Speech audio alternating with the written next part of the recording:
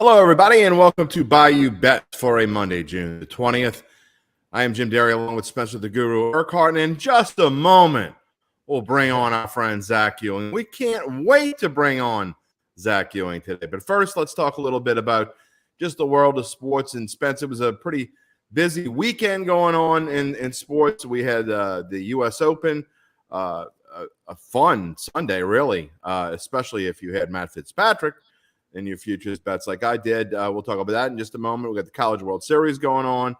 Breakers played a meaningless game. They played a lot like it yesterday. Just all sorts of things. The NBA Finals have wrapped up. They did not need a Game 7. So how is your futures bank looking right now after that Golden State Warriors victory? Yeah, it's looking pretty nice, Jim. I cashed in on not one but two Warriors futures bets. The one I made a couple months back after they had went up 2-0 on Denver. They look so good where I'm going to throw on futures on them there. They were plus 575. And then I got them again after game 3 when they were down 2-1. They were plus, I forgot what it was, plus 300 maybe. Yeah, it was close to that. It was something like that. Yeah, I felt like they overreacted. Like, I know they were down 2-1, but it was like, man, everyone was drinking the Celtic Kool-Aid at that point, and the odds reflected it. So you always say fade the public. The public was all over the Celtics at that point, it seemed like. So I was like sticking to my guns with Golden State. And so, yeah, it paid off, man. Great to see them just get it done in game 6, like I said a while back. Was hoping fade the public. That's right, fade the public. Jerry Poor says hello. We say hello to you, Jerry. We thank you for joining as usual. And, oh, man, no, Nick. Uncle Big Nick. We're going to have on Zach in just a moment. We're going to bring him in just a moment. Before we bring in Zach, I do want to talk real quickly about the U.S. Open and Matt Fitzpatrick, the big win, $2,500 from Caesars Sportsbook. And, in fact, you know what? Before I forget, we can't forget our friends at Caesars because, as always, a bet up to $1,500. Your first bet is risk-free at Caesars Sportsbook. Use code NOLA15. Again, any bet you want to make, your first bet, if you're not signed up yet, your first bet up to $1,500 is risk-free, and you can use our link on bet.nola.com and use code NOLA50 for that. All right, I want to go back to real quick talking about the U.S. Open. Matt Fitzpatrick, plus 2,500 on Caesars. I got him a little bit better elsewhere, but that's a pretty standard number. He won $3.15 million, which is the largest payout for any major in the third overall this season, behind just the Tour Championship, which is a whopping $17.5 million, and the Players Championship, which was held a couple months ago, $3.6 million. I know you're not huge into the golf world, Spence, but we did, for the second week in a row, we had a really nice nice payout for people that followed our PGA preview or our golf preview. It was another good week. We hope to keep on rolling. So follow us with our golf picks. You've been doing well with the baseball picks, and your best bets have been outstanding. So people that are missing the boat, we've been doing pretty well as of late. Yeah, most definitely. I had those MLB plays hit early last week. Got a couple more for tonight, and also I had Zalatoris in my DFS golf mock lineup that I had with Zach on Tuesday, and looked like he was going to force a playoff there in a heartbreaking ending, man. He's going to win one of these things one day. He's young. He's going to get multiple majors, I'm sure. But, man, that was just a tough one to swallow. All right, speaking of Zach Ewing, let's see what kind of glasses he's got on today. We're going to bring in our man. Let's see. There he is. Oh, man, come on. Really? That's all you got for us? I'm not wearing the green glasses now. They probably smashed the green glasses. Those guys, man. Yeah, for real. He probably threw them things against the wall and shattered them. I was trying to think of ways we could roast you and all those things. But you know what? I gotta say, if you picked a team, you won some other money. You got them to win the conference championship. So overall, you did pretty well with the Celtics. So I'm not going to give you too much grief, other than to say the men on your left and your right were both right. That's all. It's true. You were. And there is a winning side and a losing side in every bet. And that's a lesson that you learn early on in this thing. But I mean, look, I don't really regret the bets I made. In fact, I don't at all. The one that I do a little bit would be after the conference finals. I did double down and bet a little more on the Celtics at plus 140, and should not have done that. I had enough equity in the Celtics already. I was feeling pretty confident at that time, and honestly, the first 3.5 games of the series went more or less like I thought they would. The Celtics did hold the Warriors down to below average offense. Golden State averaged more than 110 points in each round of the playoffs. Against Boston, they didn't hit that number one time. Now, they would have in game 2 if it had been close. But, in 6 games, they did not hit 110 points once. So that part of it, I feel like was correct. Boston was more physical with them. They let Steph Curry have his to a certain extent, but nobody else really got going until Andrew Wiggins in games 5 and 6. The thing that I did not expect was the Celtics sort of occasional offensive brain farts, turning the ball over, missing some layups. It got extended into like full game hiccups. Yeah, well, they did. And I kind of, we kind of text back and forth in our text. I was talking about, I really thought that's what the Celtics downfall was going to be. They went through too many spurts of just kind of losing focus. We saw that in game 6. That stretch lasted, I think, longer than maybe even I thought it would last. But that's their downfall. And as well as they played defensively, and we saw in game 1 how hot they can get offensively, they just couldn't hang on. Yeah, and I think I'm with Nick. That was that was the hardest part of all of this. Forget the money. Yeah, it's sad. No, it was.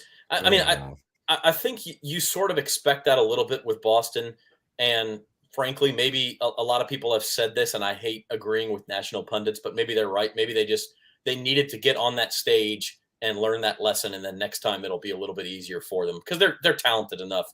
They'll be back, if not on the NBA final stage next year, close to it, and I think they'll get back to the finals at some point. But like I said, I don't. The odds that I got them at 11-1 to win the finals, also 8-1. Then again, I believe at 5-1 after the Milwaukee series, or maybe it was after game 6 of the Milwaukee series. And the one that I probably shouldn't have done was the plus 140 before the finals. But all of those other odds that I got, okay, so 11-1 implies they had a 9% chance to win the finals. 8-1 implies they had a 12.5% chance. 5-1 implies they had a 20% chance. All of those probabilities, in my opinion, were way, way, way, way off. And that's why I placed money on them. And like I said, at plus 140, that implies they had like a 40% chance to win the finals. And that it may have been more like 45 or 50. But I probably didn't. There wasn't enough value there, and so I shouldn't have done it. But clearly, when they were 8-1 and 11-1 and even 5-1, those were way off. Never did they have 100% chance. Clearly, it didn't come home in the end. But playing the numbers game is what I was doing, and I think they always had a better chance than those odds implied. Chris Martinez has some questions about the NBA draft we're going to get to in just a little bit. Madeline Adams, I never announced where our special guest is going to be in just about 10 minutes or less. Madeline Adams of FOX-8 sports anchor will be joining us. She covers the Pelicans for FOX-8, and we'll get her thoughts on what she thinks maybe might happen in the top part of the draft, what the Pelicans might need. Before we let Zach go, we'll get his thoughts on it as well. But Spencer, just going back to the finals real quick before we move on. You said the whole way you saw Golden State in 6. I said 5 or 7 because I thought they were going to finish it at home. Turns out Spencer was the best of the bunch, and you've been the best of the bunch with the best bets as of late. What did you see? Why did you think that it was going to be Warriors in 6? Yeah, I've been kind of riding a hot wave here, so I just been hoping to keep that going. But anyway, back to this. The 6, the reason I was thinking 6 was because I kind of had it playing out to where I was thinking they'd be up 3-2 to where it was like, well, I had it going, to where it'd be, I figured Boston would win at least, they'd split it the first 4, it'd be pretty even there, which it was. I was thinking of Boston might win both of their home games, but they ended up stealing one, and then Golden State stole one. But I figured Golden State would be up 3-2. It's just, I was thinking in 6, though, because Boston's had a lot of games where they haven't played too well at home. Their home court, I mean, they play well at home some, but they've been kind of up and down at home, not a real consistent home team, where I was thinking at that point, Golden State has some momentum after a Game 5 win that they could very well go in there and close that thing out, because we all know how Game 7s can go. Anything can happen. I mean, someone could get hurt, and that could change the whole thing. Like, if you got the chance to close them in 6, you want to try to do that, and that's what they did. It was another one that, they kind of had them from the start to where and that's why I wasn't as high on Boston, because I just didn't feel like their offense was quite strong enough to keep up with the Warriors. Well, I will say this, when it was 2-1, 6 games wasn't looking very good for the Warriors, if they were looking good at all. In fact, Zach was doing a lot of talking, a lot of chirping after Game 3. But that's okay. Was I though? Yeah, just a little chirping. I didn't go back and get the clips like you guys did to me last week, but that's okay. Saying that Game 4 was going to probably decide the series. I mean, I did not think, and I said this, and the thing, Spencer, is you talk about how you handicapped the Warriors in 6 before the series. You said in 6 when it was 2-1. I believe you could get 8-1 odds at it. So yeah, that's what I was like. Such good value there. I was like, why not throw $5 on that? The Celtics had not lost even twice in a row since March. They lost 3 in a row. So credit to the Warriors for that. I also think there was a little bit of this coming from Boston. They did not play well. They were a different team in the last 3 games of that series. I do want to shoot this slide one last time. Wrong one. Sorry. Because we said the one thing that I think I was the most right about. I had my mistakes throughout this series. I cashed on my futures, on all the futures that I made, and I ended up doing pretty well. I actually did. I got all but one game right and won money along the way as well. But we talked about before the series started that I think if you let Golden State, the best bet was to bet Steph plus 110 before the finals to win MVP, because Zach, we talked about, unless somebody just had an incredible series, because he had never won MVP, that most likely if Golden State was going to win the championship, Steph Curry was going to be the MVP, and that was probably the way they attacked instead of the minus 160. And honestly, Jim, that would have been a great bet to make for me to hedge after Game 1. Yeah, because not only would you have gotten significant plus money on it at that point, because the Warriors were down, but it was clear that Boston's defensive strategy was also going to be, let Steph have his shots. We feel like he can have 30, 35, maybe even 40. I mean, he had 43 in Game 4, and if the Celtics hadn't gone cold at the end of that game, they still would have had a chance to win. The problem was not on Golden State's end. It was on Boston's offensive end. So that would have been a great, it was clear they were going to let him have his, and that made it even more clear that if Golden State won, Steph Curry was almost certainly going to be the MVP. Okay, let's move on. We're gonna talk with Madeline Adams of FOX-8 about the NBA draft. Chris Martinez has some questions, and I know we're gonna let her do most of the talking if I can get my mouse to work here. Let's see before we move on, if I can. Again, my mouse is not cooperating. Mark Gilly said he actually took the Warriors minus 4.5 for Game 6 after listening to the show before the game. Well, Mark, we thank you that we can help. I'm telling you, Mark, not just you, but everybody out there, you gotta watch Daily Best Bets, especially Mondays and Tuesdays. Spencer the Guru has been on fire. I've been okay. I've been decent. Devin's been pretty good too, but Spencer has definitely been carrious. Eddie Arnold says, "Come on, football." We're going to talk about football in about 20 minutes or so. We're going to talk more about the Saints.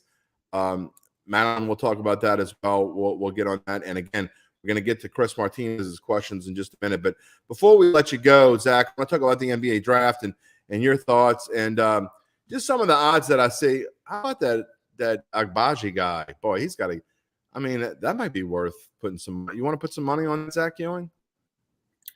I don't know. I mean, there is money to be made in draft props because you can watch, as we discussed in Vegas for the NFL draft, Jim. I mean, watch how the odds move because usually somebody knows something. Right.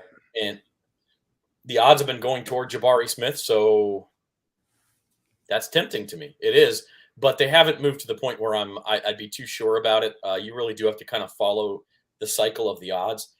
I know Chris had a question earlier about Griffin trading draft picks and Damian Lillard being rumored. I'd be careful with that if I'm the Pels. I don't mind them trading the draft picks. They could use another veteran free agent. But if you got to start trading away pieces that are part of this build, you really got to be careful with that. Yeah. I mean, and I think, look, the Pels don't have a ton of needs. I think they're at the position now. I mean, maybe off guard, maybe a 2 guard is the most pressing need, but I don't know that even that's a pressing need. We assume Zion's coming back in the fold, so you don't really need a power forward.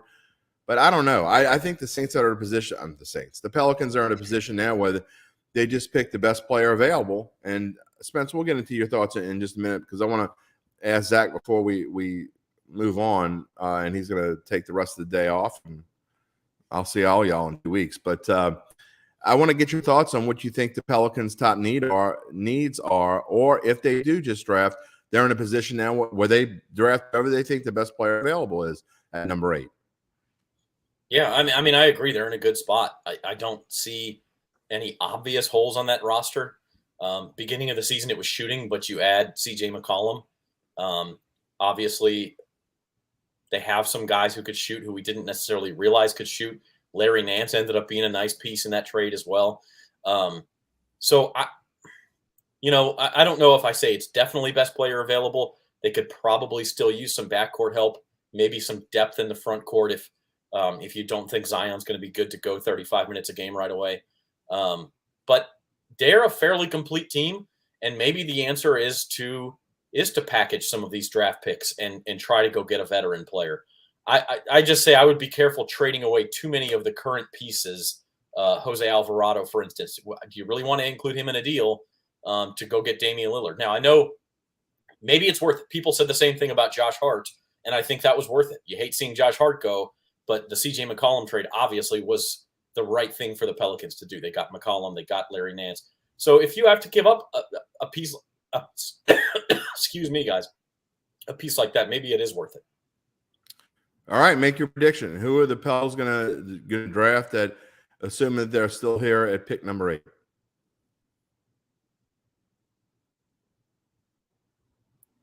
Oh, let's see. I like a Johnny Davis from Wisconsin.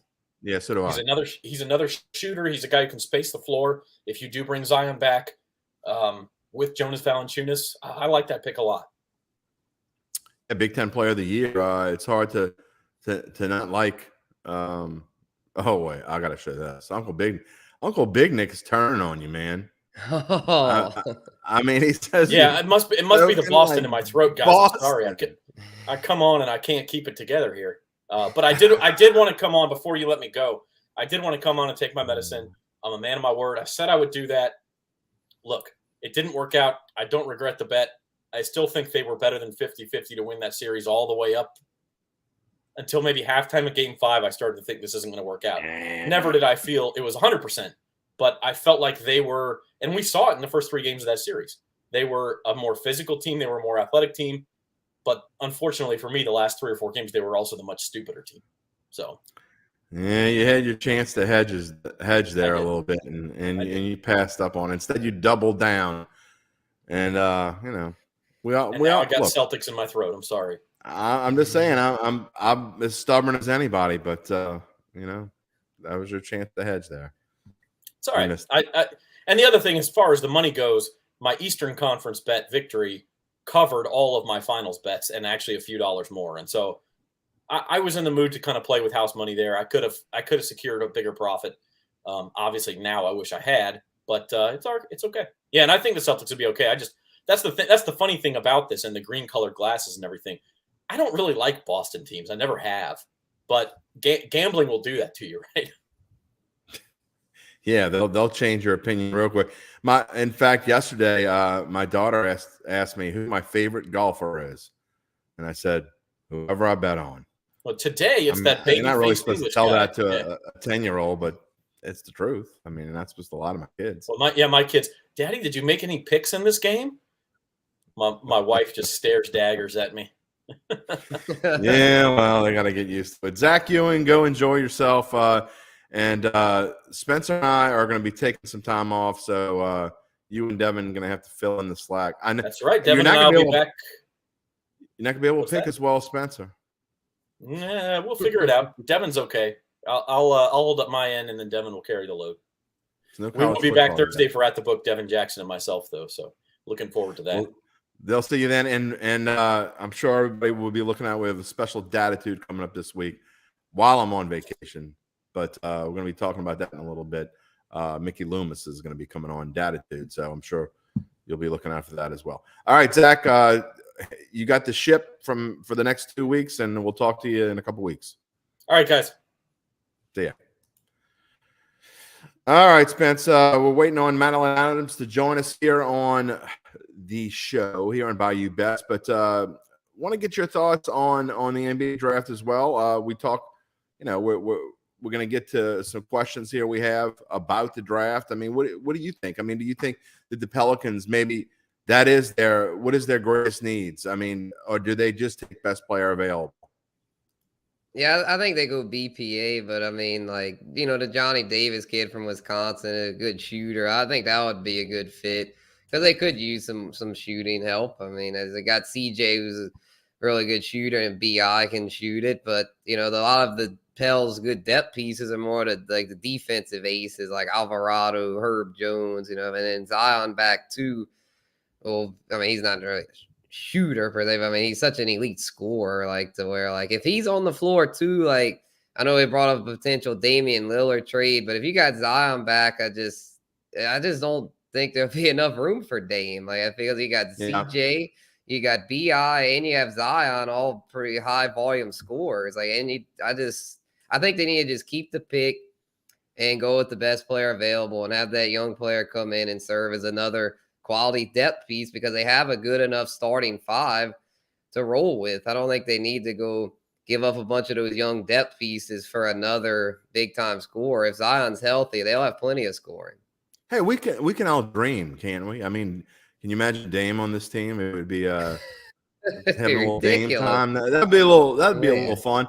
Speaking of fun, we're going to bring in Madeline Adams of FOX-8 to join the show. And Madeline, not only welcome to the show, but we're a little belated, but welcome to the New Orleans broadcasting region, media coverage. We are all, I've been around for a long time in the newspaper business and still trying to figure out this whole broadcasting thing.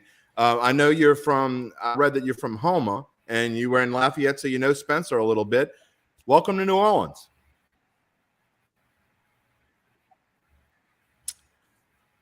I think she froze up there. She might have froze up on us a little bit. Let's see if we can get her connection back, and we will bring her back in just a minute. Let's try this again. Hey, how are you guys doing? Thank you so much again for having me on. I apologize too if my Wi-Fi is a little slow here. I'm in a conference room. Gotcha. We're good now. We got you now. We're glad you're on FOX-8. It is, I don't want to shun my other friends across the media landscape, but it is my channel of choice that I watch because you guys do a great job over there. And I've known Garland Gillen for a long time, and he's been, I think we might have lost Madeline again. Live TV. I always tell that to Zach. Live TV. We'll see if we can get Madeline back in just a minute. But you know what? We're going to talk about NBA futures before we get Madeline back, because real quickly, I want to talked about the draft. We got some other things coming up, but the 2023 odds are already out. We talked about Golden State and Boston. I mean, we know how hard it is to repeat any sport, Spencer. Golden State plus 500, Boston plus 600. You see the two teams at the top. So to me, there's always going to be some value somewhere else on the list, right? Yeah, definitely. I'm never going to touch a team that's plus 500 unless, I mean, I can't imagine even in their heyday, like when the 49ers were winning all the time and the Cowboys back in the day when they won back-to-back Super Bowls. All the teams that are the Patriots and through the Tom Brady years. Plus 500, it's just, to me, that's kind of a ridiculous number for championship odds. Right, yeah, because when I got them, the Warriors and the futures of a couple months back, it was plus 575. So yeah, definitely won't be touching them there at plus 500. This would be a time. I mean, it's so early. I'm not touching this, but if I had to pick somebody, probably the Bucks at plus 750, because they had Chris Middleton injury kind of hurt him there. With Giannis. I mean, Giannis he's the best player in the game. I know Joker's a 2-time defending MVP, but I feel like Giannis is just it's hard to bet against Giannis. So I think the Bucks at plus 750 are the best value on that board. Yeah, it's still tough. I don't know how much 750 is a value at this point, but again, we got plenty of time. Those are numbers that I don't think that's something you can wait to do in September, because I don't think those numbers are going to change. Let's try to bring Madeline in once again. Here we go. We've got you, I think. You're much better now. I can definitely hear you guys a lot better. I can see you guys better. So thanks for bearing with me. I'm still learning. I'm still kind of new to this station. I'm still learning where I can go to find good Wi-Fi. So I finally found a spot. So again, thank you guys so much for having me on. I'm super pumped. No, we're glad to have you for sure. Well, talk a little bit. We know that you're covering the Pelicans and you follow the Pelicans closely. We were talking before you came on about where we think the Pelicans are right now, and maybe not necessarily who they will draft, but do you think that are they in a position now where the roster's deep enough to where they look for best player available, or do you think that they have a specific need that they really need to go for? Well, look, first of all, I think the Pelicans are in a great spot. You mentioned the depth on the roster. 14 out of their 15 guys on the roster are going to be under contract headed into next season. So, you bring back Zion Williamson, you have CJ McCollum, Jonas Valanciunas, Herb Jones. Oh, my God. That is really, really impressive. And then, so, they just have so much depth. They're in a great position right now. They were in the playoffs last year. To have a lottery pick as a playoff team, you're in a great spot. So they can go in a ton of different directions. And I do think, they will, I think the two biggest needs for the Pelicans would be shooting, specifically a guy who can just come in and knock down threes, and also perimeter defense. I think those are, this Pelicans team doesn't have huge glaring needs or holes to fill because they have so much depth and so many guys. I think those are kind of the two things that if you're the Pelicans, you're looking at maybe a guy who can really help you in those areas. And I don't think that they need to be super aggressive in this draft either. I wouldn't, trade up in any way. I don't think they need to be, that aggressive. I think they can either sit at 8, or even if they want to, maybe trade back, 12th or 13th pick and secure a future first round draft pick. If everything kind of works out and the draft board looks the way you want it to at that time. So I think the good thing about the Pelicans is they have so many options heading into this draft, but I do see them kind of drafting a guy who's, a great shooter, maybe a guy who's a great rebounder. I'm really looking at Jeremy Sohan from Baylor. I think that's really going to be a guy who's just can do it all kind of for the Pelicans. He's shown so much potential. He was averaging a double-double during Baylor's postseason run. And so I think, looking at him, he's a really good passer, has great defensive instincts. He just kind of seems like the all-around guy. And so if you're the Pelicans, though, man, you have a ton of options headed into this draft. So I'm excited to see what they choose to do with it. Speaking of that, Madeline, let's look at the overall odds and who the odds makers think might go first and last. Yeah. If you look at this list, and we made sure that we put 9 names on this list, the Pelicans draft 8th. Yeah. But there's a decent chance that the Pels might get one of these guys on this list. But as far as overall pick, it's looking more and more like Jabari Smith will be the first pick taken by the Orlando Magic. I mean, he fits there, but he fits almost anywhere. What are your thoughts on just the overall draft?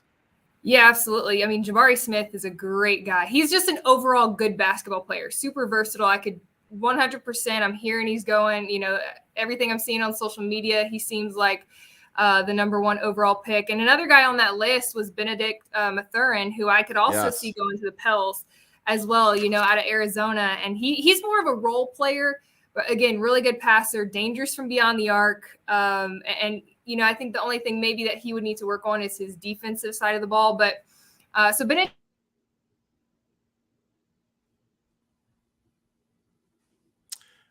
Okay. But yeah. There you go. We lost you for a minute there, Madeline. You know what? I'm with that list. live TV. We're gonna. Yeah, I have think to- you're talking about the Benedict dude from Arizona. Yeah, He he could be a good fit too. Yeah, I'd like that. I agree with what she was saying about not doing anything too crazy with the pick. Just maybe trade down if someone really wants to move up. You could get future picks. But yeah, Pels are like playing with house money right now, considering how deep the roster is, and it's also pretty top heavy with three guys that average well over 20 a game. So yeah, just bring in somebody that can play a role and maybe more, and just go with that. I'd say. All right, let's move on. I want to talk about some football now as we go towards the end of the show here. We cannot go without talking about football. Again, I'm going to have Mickey Loomis on Datitude on Friday. I'm thrilled to have him. Jeff Duncan and I are both going to talk to Mickey and just get his overall general thoughts on just life without Sean Payton, what the thought process of this year's draft, how things were different going into the draft. I'm looking forward to having him on the show this week. So that is going to be something we're looking forward to. But as we talk about that and the Saints go into their vacation zone, Spence, you look at where they are and we have seen their odds kind of like come down a little bit, which means that somebody's betting on them. I mean, when I'm not just talking about the over-under win total, which is still at 8, I believe, but you better get it now because it's going to go to 8.5 for sure. And you got to lay a lot of juice even now to get 8. We got it at 7.5 way back when, but yeah. I think the Saints are in great position, and I can't wait to ask Mickey what his overall thoughts.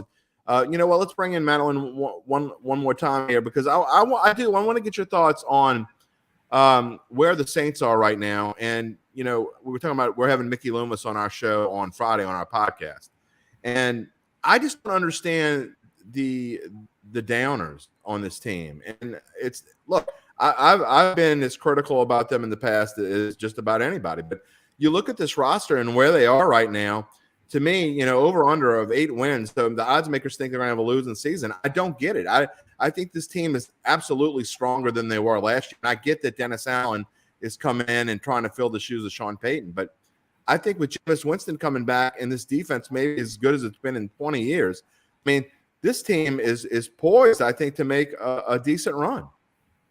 Yeah, I agree with you. I think, the odds to only win 8 games, you look at last year, they won 9 games with 4 different starting quarterbacks. And, 100% their wide receiver room is more talented when you add Chris Olave and Jarvis Landry. Jarvis Landry has been so impressive during OTAs and minicamp, what we've seen of him. He's making those one-handed grabs. He's made so many times throughout his career, just now in the black and gold, which is so impressive to see. And like you said, the defense, I think the secondary is the deepest it's been in years. Dennis Allen, he has, of all the first-year head coaches, he obviously has an advantage because this is such an organization that he's grown accustomed to over the years. So it's not like he's starting from the ground up. It's a little bit of a different role, but he's talked about how comfortable he's been in it. And so, yeah, I think this team, if they could win 9 games last year with 4 different starting quarterbacks, they are 100% deeper than they were last year with more weapons for Jameis Winston. So obviously the thing is staying healthy. If everyone can stay healthy this year, I think that's going to be way above 8 games that they win. So Wen says we ready. I mean, I don't know about you, but I need a vacation before we ready for football. So that's just me. But we will be ready in about a month. Madeline, I thank you so much for joining us here, and we look forward to having you back on Bayou Bets. Hey, thank you guys so much for having me. I'm sorry for the computer issues, but thanks for bearing with me. It was really fun. You're gonna find the perfect Wi-Fi spot. I will. I will have that down pat for next time. Sounds good. Madeline Adams of FOX-8 here on the Bayou Bets show.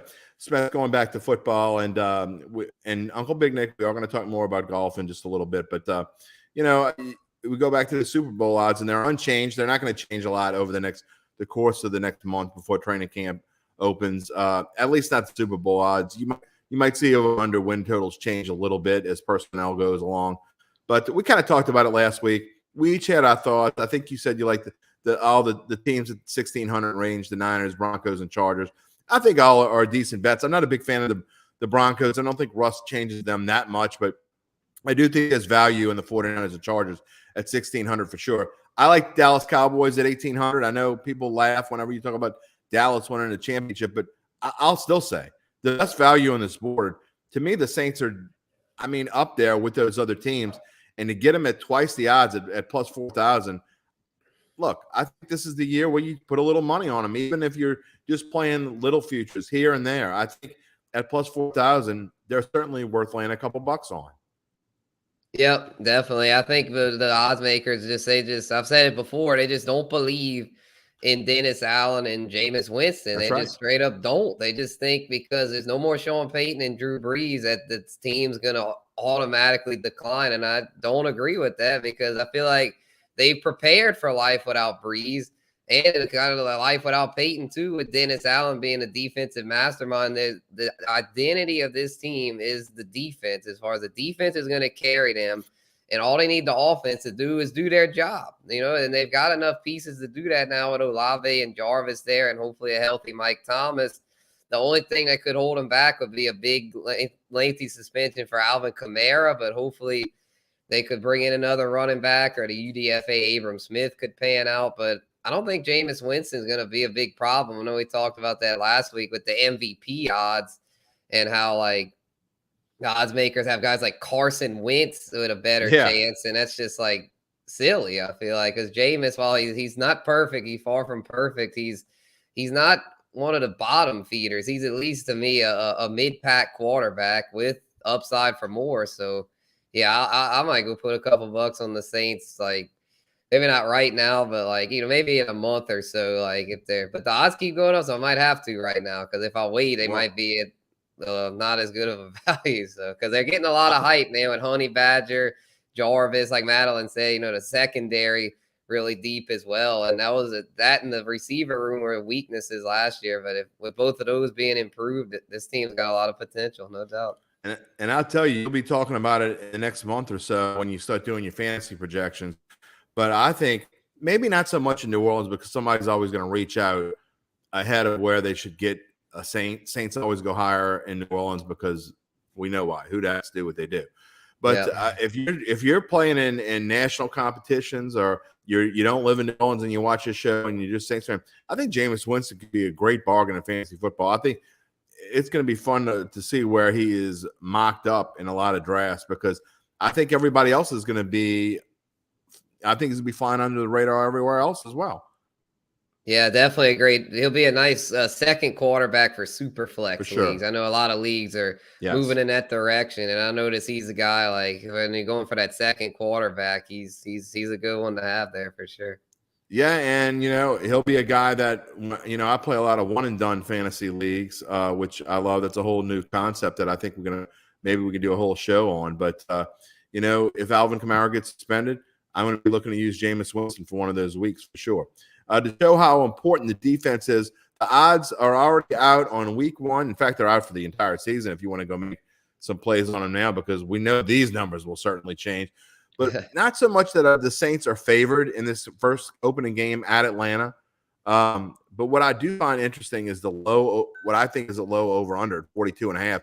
Just goes to show you that the odds makers think that the Saints' strength is their defense because we know Atlanta have been able to put up points. Whether they will this year with who knows at quarterback, we'll be interested to see Marcus Mariota or Desmond Ritter or whoever the heck it's going to be.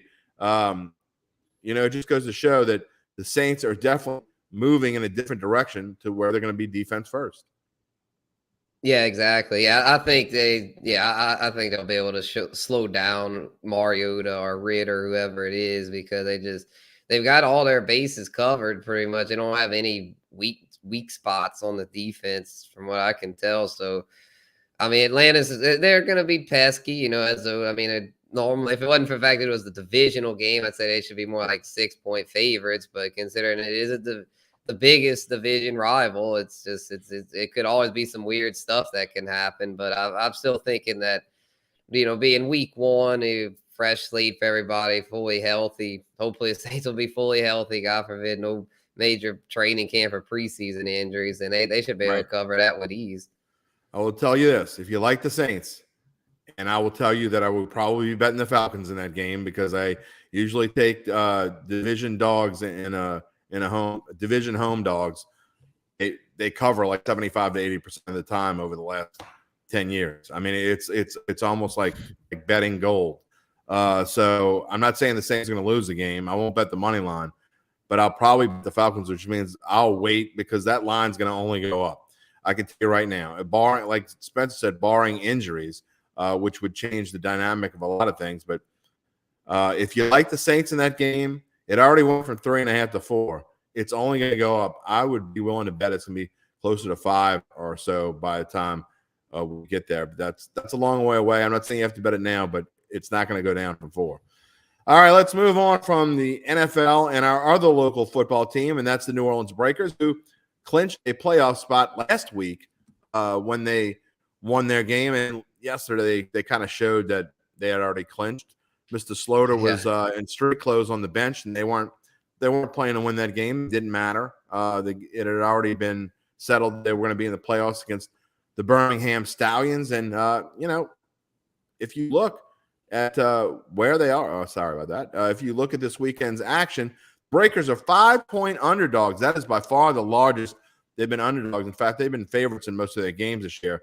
But I think, Spence, for some reason, I think a lot has to do with the way they played yesterday, that they're 5-point underdogs. No way they should be that big of an underdog against this Stallions team, which really hasn't been playing that well the last few weeks of the season. And the Breakers kind of let them slip off the hook a few weeks ago when they played, and they were swept by Birmingham. But this game's not in Birmingham. It's in Canton, Ohio. And I really like the Breakers in this game. Yeah, I think it would be a good time to play the Breakers with the money line because, if it was Slaughter and street clothes, I mean, that game meant nothing. Like, I mean, it's just, even if he would have played, it's like, they would have played better, I'm sure. I know they looked really bad, but it was just, it didn't mean anything. They had clinched. Everything was cool. Like, I mean, so yeah, this line seems a bit much. Like, I don't see why it's 5. I think Birmingham's a good team. It's going to be a close game for sure. I think the Breakers could easily do it, and you're getting a lot of value there at plus 175, which I thought normally it'd be probably more like plus 120, where plus 175. I thought it would be more than 3.5 range is what I thought. So I thought it was a little high. Yeah. So we're gonna get to the overall in just a minute. One last talk about the games this weekend. The USFL semifinals. Winner of this goes to the inaugural championship game. I guess the inaugural championship game of this USFL. So, I mean, I don't know. We can call it inaugural if you want. They played for 3 years in the 80s. I don't know if that counts. But the New Jersey Generals coming in after they lost their first game. They won their last 9 games of the season, playing the Philadelphia Stars, the only team that beat them this year in the opener. I kind of like the Stars here. So we'll get more into that as the week goes along.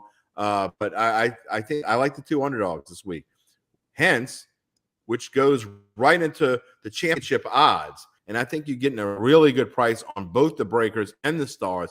I might not play the game, but I really think I'm going to put a little something on both Breakers and Stars. That is the highest the Breakers odds have been in about 5 or 6 weeks. They started the season, I think, after that first win, I think they went to right around 350. They went up just a little bit, but really they've been below 350 for most of the season. Stars plus 400.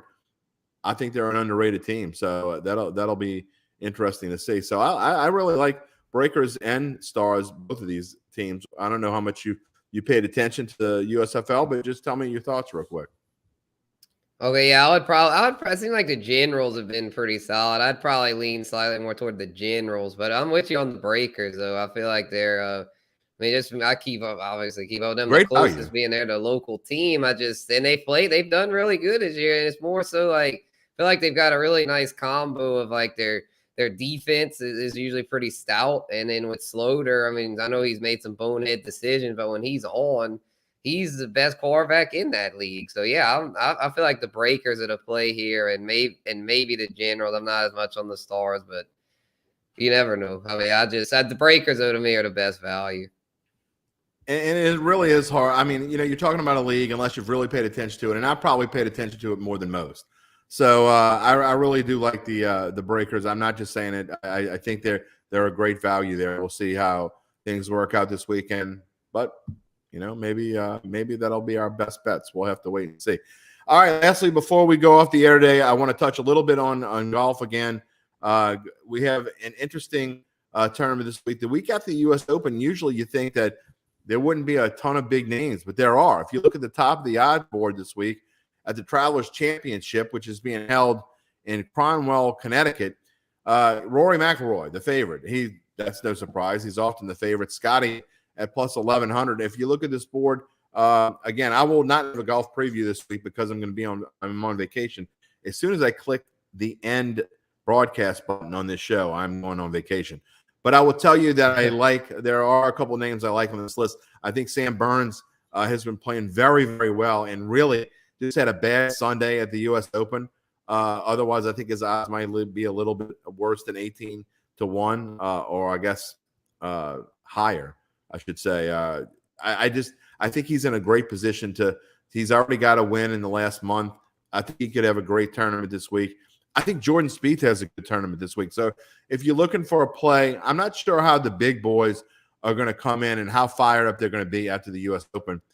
Whereas I'm more along the lines of a younger, middle top tier player, if that makes sense. So this is why I like a guy like Sam Burns, Jordan Spieth, maybe Tony Finau will have a bounce back week.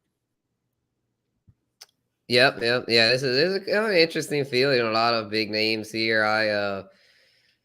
It's tough. I'd probably go Scotty if I had to pick one. He's been playing so well. I mean, he was right in contention there at the U.S. Open, and he cashed in on the daily best bet that you put out on Wednesday, the pending one, which those have been hitting pretty good. They've been gotta give you credit there, Jim. Good.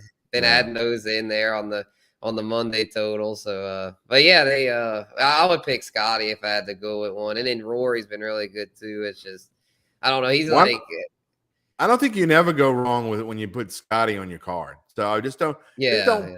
The only problem is you got to bet so much to win a big chunk. But if you're just in it to win a couple bucks here, a couple bucks there, then by all means. I mean, Scotty, he's going to probably finish at least in the top 20.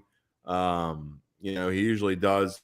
He's been playing very well. But again, the only thing that worries me is they put so much into majors, especially the U.S. Open, because it means so much more for a lot of these guys. It's hard to think. I think this is a week where, again, a guy in the 20 to 1 to 40 to 1 range might come out on top. Joaquin Neiman's not on that list. I think he could have a really good week as well. So be interested to see. Before we end the show, last thing we're going to talk about today is the College World Series. Some interesting games going on.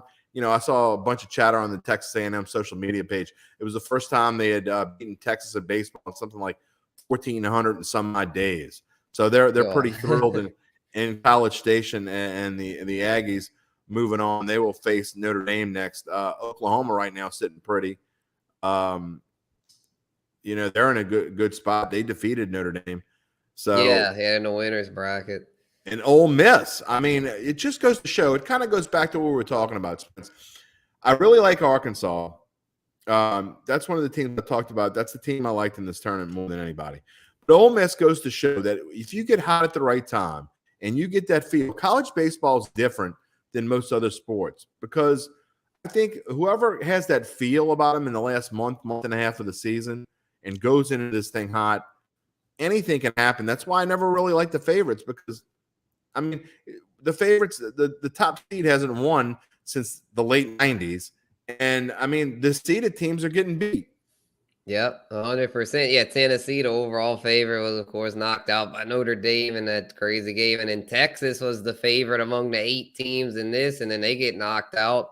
So it just goes to show you got to just go for the values, go for the underdogs. This college baseball deal it's like – it was wild. It's the Wild West out there. You never know what's going to happen. I mean, shoot, Stanford just got knocked out. The number 2 team, Auburn, just came in 6-2. Auburn knocks out Stanford. So it's just. And not only did the 2 seed get knocked out, but in their opener, they lost to Arkansas 17-2, which we had on daily bets. By the way, I'm just throwing that out there. It's been a really good couple of weeks for us. So, but.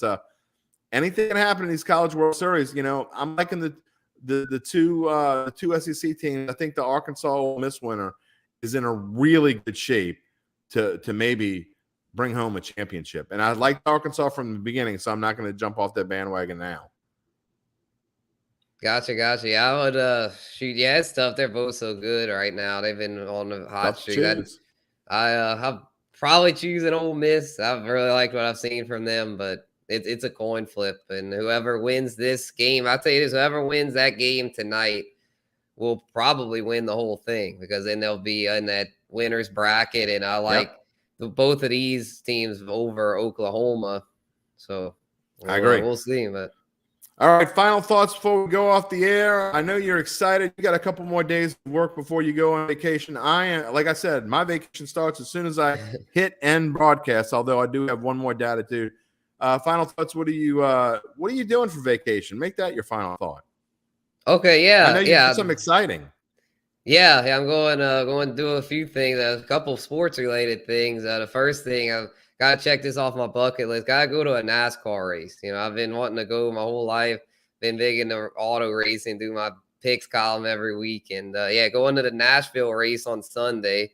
Really excited about that. Be my first in-person NASCAR event. So yeah, really stoked there. And then I'll also plan on going to my first Cardinals game in Busch Stadium. Oh, I've seen the Cardinals play in person before, but it's always in Houston, and that's the closest park to Louisiana. But I've never been to Busch Stadium, so I'm really looking forward to that. Get to be a part of the Cardinal Nation in person. So yeah, it's going to be a good time. I'll let y'all know how it goes. Good for you. That sounds like an exciting trip. I am the furthest thing from a Cardinals fan, but I am all for guys going to check out their teams in their home venue. Me being a Cubs fan, I've been to Wrigley, I don't know, probably close to 100 times. It is a phenomenal experience. Each one is great, although I will say the World Series was better than the other ones, but that's a whole different story. We don't have a lot of those. My closing thoughts as I go off into the netherworld, I'm going to Florida, nothing sports related. My family is looking forward to some time on the beach. But again, I'm going to promo one more time. On Friday, we're going to record it Thursday, but Jeff Duncan and I will be talking with Mickey Loomis on a special Datitude this Friday, episode number 79. I'm going to ask him all sorts of questions. We're just very thankful to the Saints organization for bringing Mickey on the show, and we're really looking forward to it. Again, I will be in Florida. I'm not sure where Jeff's going to be while we're doing the interview. We're going to be all over the place doing Datitude this week. But hey, we'll miss you while we're going. The good news is when Spencer and I come back, it'll be football all the time. We will have our focus straight on the eyes of the pigskin when we come back. Spencer, I know you're looking forward to that. Oh yeah, definitely. Yeah, because as much as I love baseball, auto racing, basketball, like football, football's what drives the ship, man. I can't wait to get back into full-on football mode. Have some fantasy takes here. Gonna have my positional. I had to tease y'all at my top 12 of the rankings. I'll have the more in-depth rankings here soon with breakdowns of all the players and such. So yeah, it's gonna be great, man. It's always fun in those months leading up to the start of the NFL. No doubt about it. And I will have team by team previews. I will tell you what I think about all 32 teams. We'll put their over-under on there. We're going to have little short videos. I'm going to have covers.com is going to be helping us. Adam Chernoff is going to be a special guest on a lot of these shows. I think Jeff Duncan's going to do a couple of shows with me. But all 32 teams will have a video. We'll do one day by day on Tuesday through Friday. We're going to break them down by divisions. So one division every week for 8 weeks, all 32 teams. I'll give you my thoughts on over-unders, and the guys from covers.com will tell you whether they think I am right or whether they think I am wrong. And that will start in about 3 weeks, and we're looking forward to that. We're going to miss you while we're on vacation. Devin Jackson and Zach Ewing will have the ship from here. We'll see you in a couple weeks. Thank you for joining Bayou Bets. We'll see you next time. Have a good afternoon.